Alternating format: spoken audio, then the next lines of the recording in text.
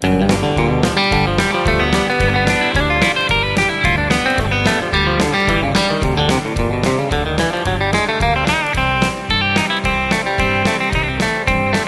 video is sponsored by TrueFire. Learn, practice, and play with TrueFire. Hi, this is Keith Williams. Welcome to 5-Watt World. We're interested in helping get the most music from the least gear. I'd arrived at college to study business, but by the fall of 1979, I'd switched my major to music. Along with this change in my musical focus, what would end up being a 20-year visit to Jazztown, that October I was stopped at the edge of town.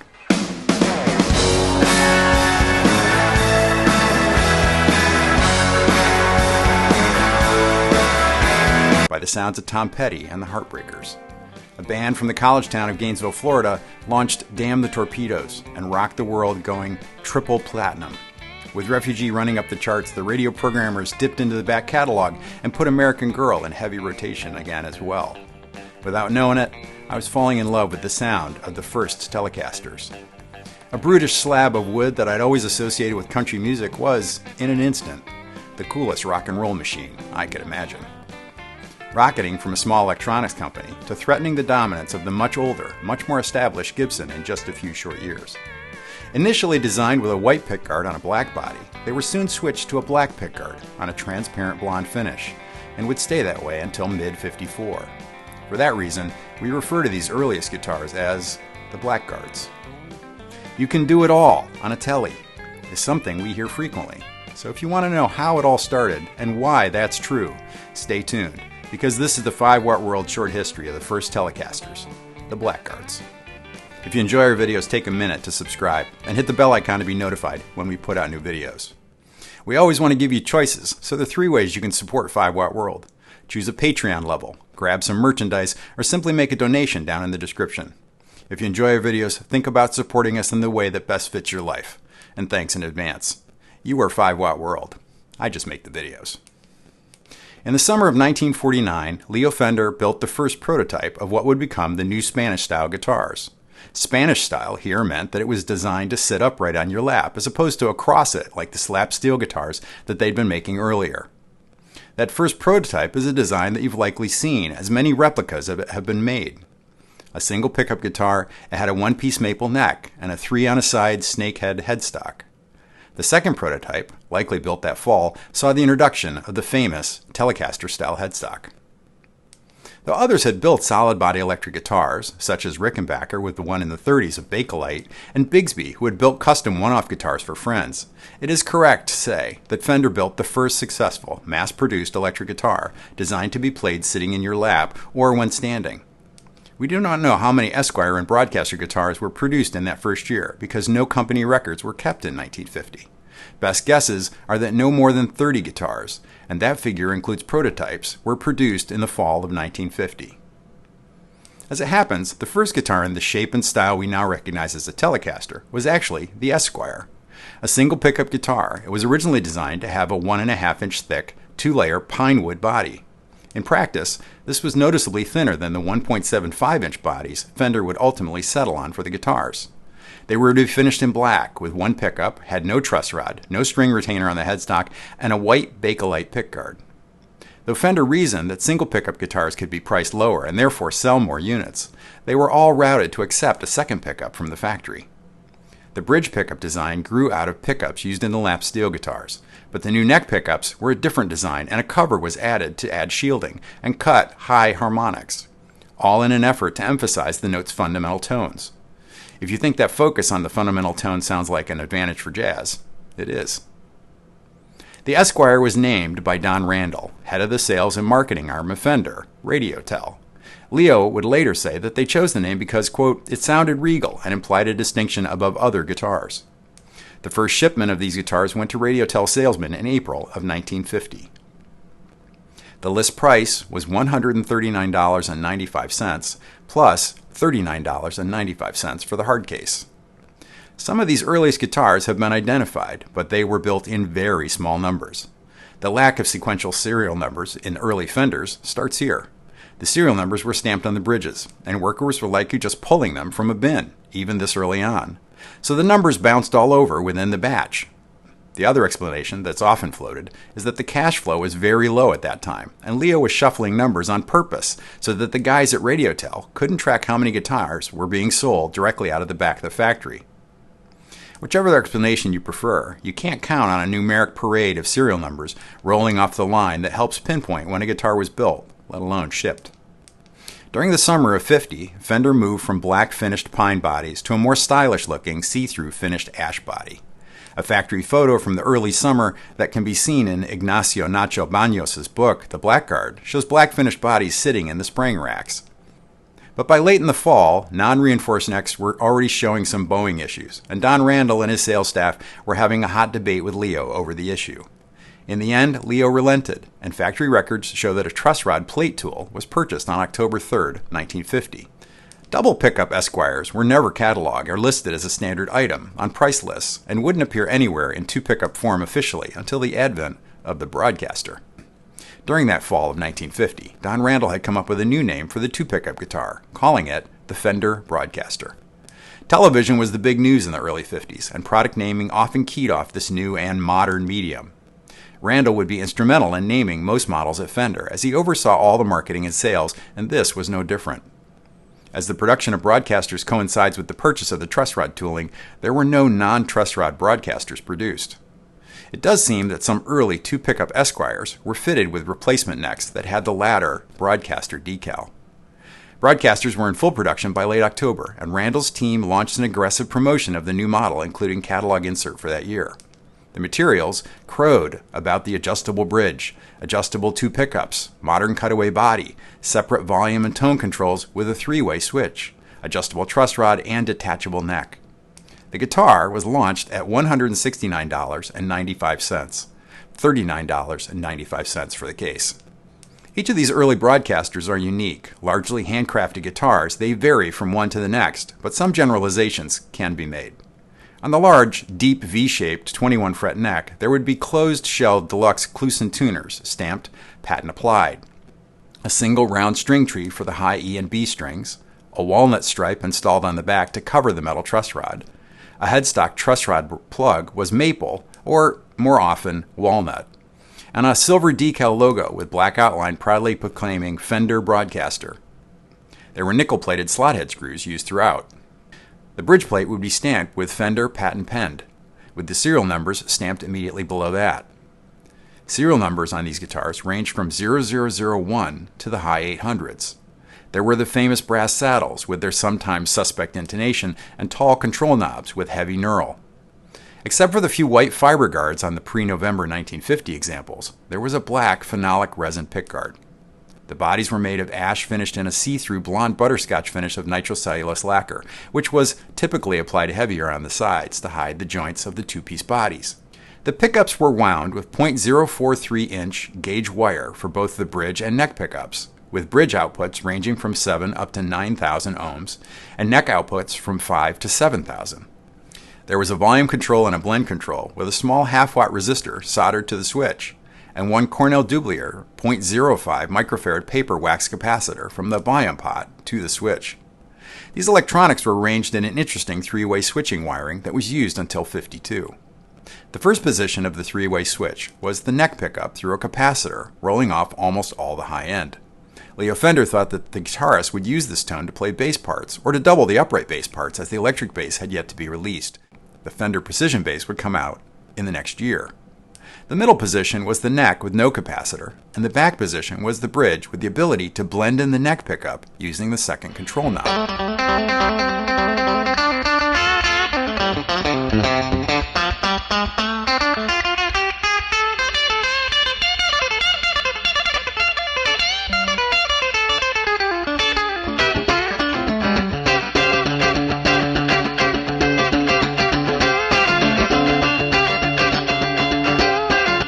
The switch tip itself was a barrel type in black Bakelite manufactured by Decaware, with patent penned printed on the base. Famously, on February 20th, 1951, Gretsch Drum and Guitar sent a telegram to Fender stating that they held a trademark on the product name, Broadcaster, for one of their drum lines, and requested that Fender drop the name from their guitars. Gretsch was a large and well-established company by then, compared to Fender at the time, and Fender quietly agreed. There was no lawsuit, as is sometimes reported. Don Randall alerted all the salesmen that they would be dropping the Broadcaster name immediately. Famously frugal, Leo continued to use the Broadcaster decals, clipping off the old model name. So from February to September of '51, the guitars went out with no model name on the headstock. They would simply have the Fender logo decal. These mid-'51 guitars have since taken on the moniker of Nocasters. This name stuck even though the new Telecaster name was announced at the Summer NAMM show. Estimates are that 480 guitars were shipped out with the clipped decals. Recall that these new guitars were yet to be proven products in the Fender catalog, and the majority of labor at Fender would have still gone into producing the lap steel and amplifiers that had generated their success so far. A small number of employees were likely the entire Telecaster team.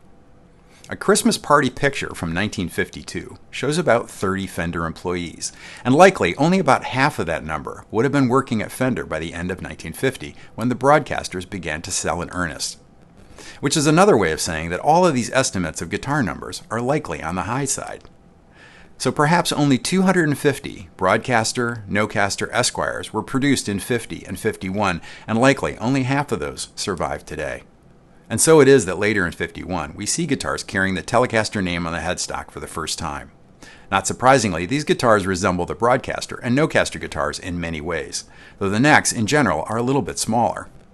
With the new transparent finish, Fender had started to pay more attention to the quality of the ash that was being used, so the weight of the guitars overall can be quite a bit lighter as well.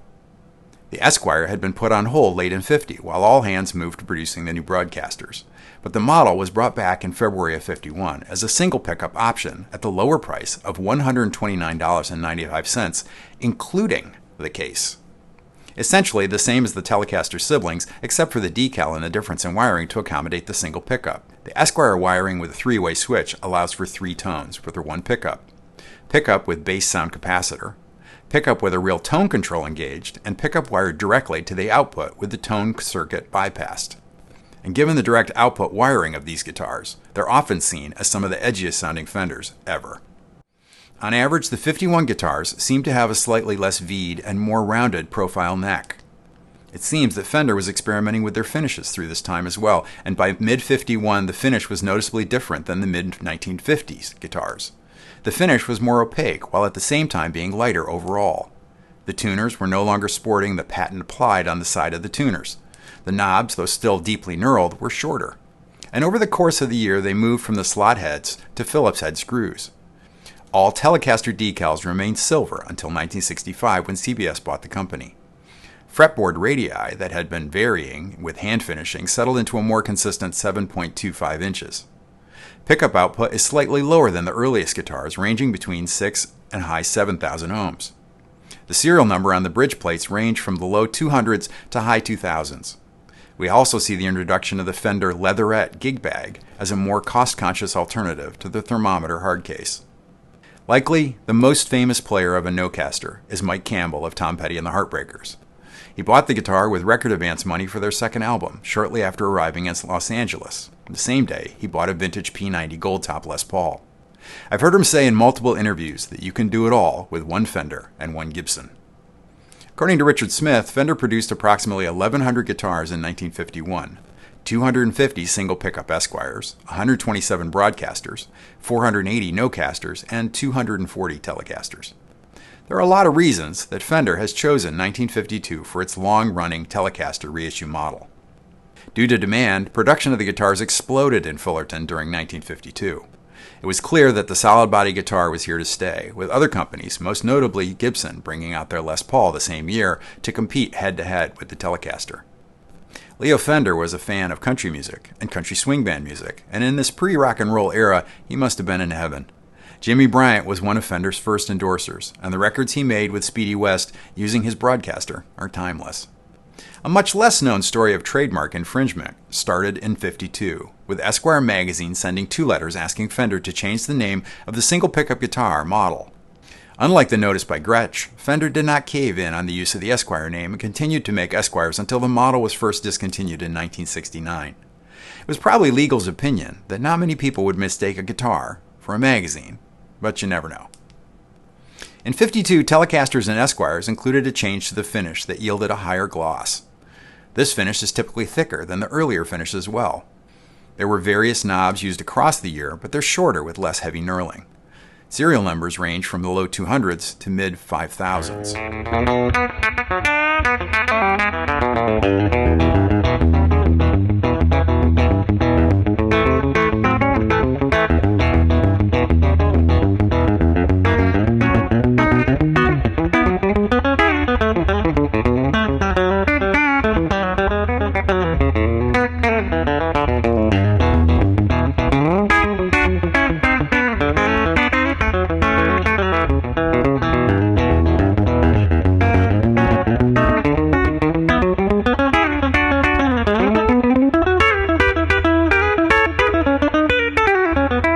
The success of the guitars in '52 emboldened Fender to look to double their production. This led them to moving their factory from the old Pomona and Santa Fe Avenue building to a larger and new facility at 500 South Raymond Avenue. Across this year, the specs of the guitars became more consistent. Despite the goal of doubling their production, they kept the specs of the new Telecaster tight and did a good job of building guitars in '53 that were very much like those built in '52. And so, '53 is the year that most Blackguard Telecaster and Esquire guitars were shipped, numbering nearly 2,000 altogether. It was in '53 that Leo also began work on the new guitar design, the Stratocaster. As stated, the guitars varied only in small ways from the '52s, but the biggest difference is in the change to the wiring. Late in '52, the blend control was changed to a tone control for both pickups. Most of the guitars from that time have a 0.1 microfarad paper capacitor soldered to the shoulder of the switch instead of the 0.05 of the earlier wiring blend. A second 0.05 microfarad paper cap was then soldered between the two pots. So the switch would yield neck alone with the base capacitor rolled off, neck alone with a tone control, and bridge alone with a tone control. There was no way to get both pickups unless you put the switch in an in-between spot, as many tried to do. Often this would yield an out-of-phase tone as well, and James Burton can be heard using this tone a lot on early Ricky Nelson hits. This wiring would remain standard until 1967, when the modern three-position neck, both, and bridge with tone wiring was adopted. The necks on the '53 are the largest of the earliest Teles, and are where the whole baseball bat thing comes from, describing necks. Finally, by '53, the thermometer case had been replaced with the poodle case. The difference being that the new case is straight on one side, presumably to make it easier to set on the ground. These cases would also be used on the earliest Stratocasters, but would only be used for a year and a half with the Teles and Esquires, and are hence some of the rarest of the early case types. Many of the top players known for playing Blackguards played guitars from '53. Roy Buchanan's Nancy, Danny Gatton's guitar, James Burton, Keith Richards, Red Vokert, Albert Lee, and Arlen Roth, to name just a few. And Bruce Springsteen's heavily modified Esquire is either a '53 or a '54. With the launch of the new flagship Stratocaster in '54, much of the plant's production was shifted in that direction. For this reason, it's much more common to find a '52 or a '53 Telecaster than a '54. The second reason is that they moved to using white pickguards in the summer of '54, though some Teles with black pickguards may have been built in as late as 1956. Fender also moved to using less transparent finish during that year, using a creamier blonde color overall. The serial numbers moved from the bridge plate to the neck plate in '54. But these transitional changes would stretch over into '55 as parts continued to be used up. Necks on the '54s are noticeably slimmer than the '53s, and as the year went on became more softly V-shaped again. Early in the summer of '54, the brass saddles were changed to steel. Bridge serial numbers range from mid-2000s to mid-5000s, and the earliest neck plate serial numbers run from the high 5000s to low 6000s. As mentioned, the pickguards moved to white on the Telecaster in the summer of '54, but the Esquires transitioned later. The assumption is that there were more of them left over, and Leo's famously frugal ways would account for using up what he had. Forrest White famously joined Fender in 1954, taking over as plant manager at the new facility. He's rightly credited with turning Fender into a much more modern manufacturing company, with quality control and parts ordering on a regulated basis. An industrial engineer, White had a background in the aircraft industry and was hired by Leo in the spring of '54. His contributions to Fender are too numerous to catalog here, but he clearly paved the way for Fender's success from the '50s into the '60s. White's changes turned Fender from a large hand-building shop of guitars into a much more streamlined and consistent manufacturer of instruments. For good or ill, leaving more hand-finished guitars behind, just as the white pickguards began to be used. The most famous 54 Blackguard guitar that I can think of is the Esquire that Jeff Beck used with the Yardbirds. Heavily modified over the years, most evidently having a forearm contour added to the top, it was the sound that brought the Yardbirds into the 60s. Perhaps in the modern era, no one is more a champion of the Blackguard than jazzer Julian Lage. In addition to many boutique Telecasters he's used over the years, such as a Nocaster and a Danocaster, he has a twice refinished 1954 Telecaster that he often uses live and in the studio. Though ostensibly a jazzer, Julian often plays shows entirely on that bridge pickup, saying that his 54 has a notably darker tone. The wonderful jazz guru Ted Green was a true player's player and a legend in that regard. Ted, whose life tragically ended too soon, had a guitar made out of pieces collected from the Blackguard years, a 1952 body and a 1951 Esquire neck. For the fans of modern, heavier music, we've actually heard Blackguards make their way into heavy metal. Guitarist from the band Elder, Michael Risberg, a self-confessed Bill Frisell and Julian Lage fan, has a custom-built Stoll guitar that can often be seen in their live performances. If that's not a testament to the versatility of the instrument, I don't know what is. I've partnered with TrueFire because I've used them for over a decade, and my playing always improves when I put in the time on their lessons. Whether you're a beginner, intermediate, or professional level player, TrueFire has lessons to inspire and advance your playing. As you know, I always promote spending money on lessons before new gear. I really like TrueFire's format, and I think if you give them a try, you'll like them too. Get 25% off courses using the promo code 5watt25, or like I have for many years, sign up for the All Access Pass to use the entire TrueFire catalog. You can sample anything in the catalog with the All Access Pass and see where it takes you. I love their tagline, learn, practice, and play with TrueFire. I'd like to thank TrueFire for partnering with me and sponsoring this video. I've owned many Telecasters over the years and have come all the way into the future now playing Strandberg Sälens almost exclusively. Opinions vary, but my Sälen classic scratches the Blackguard itch that's been in the back of my mind since October of '79, and that's saying something. You might consider this a betrayal, but one thing that's true about these Blackguards is that they have a spirit to them that remains no matter what you do, tweaking the body style or sticking a humbucker up in the neck. My butterscotch Sälen is set up with a single Mojotone quiet coil pickup in the bridge, and I call it my Strandberg. The butterscotch finish, maple neck, and flat black custom pickguard deeply invokes the Blackguard ethos for me. It sits in a stand right next to my writing station, and every time I see that guitar, I see a young Mike Campbell playing his Nocaster slung low, launching into American Girl or A Woman in Love. If I missed your favorite part of the Blackguard Telecaster story, please put it in the comments for everybody to enjoy. I know from experience that I can count on you. I need to thank the folks at Carter Vintage for their permission to use the clips of some of the beautiful vintage Telecasters that have recently come through their doors. I need to thank Richard Smith for his definitive research in Fender, the sound heard around the world. Zach put me onto this reference years ago, and I remain in his debt for this and many other things. I need to thank Ignacio Nacho Baños for putting together the Blackguard book in the first place. Part of a limited run of 5,500 copies that have now been sold out for over a year. I reached out to him by email, and he tells me that the new Pinecaster book has all the info plus more and should be available by the time you see this. I need to thank the folks at Fender Musical Instruments for their permission to use images that I found in Nacho's book. Nacho told me I could use anything he had, but I had to turn to the guys at Fender for the historical Fender docs he'd included. They not only graciously agreed, but they turned it around in record time.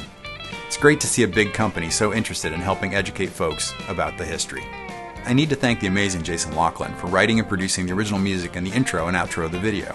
Jason gave us a sample of what can be done on a Telecaster built in that style.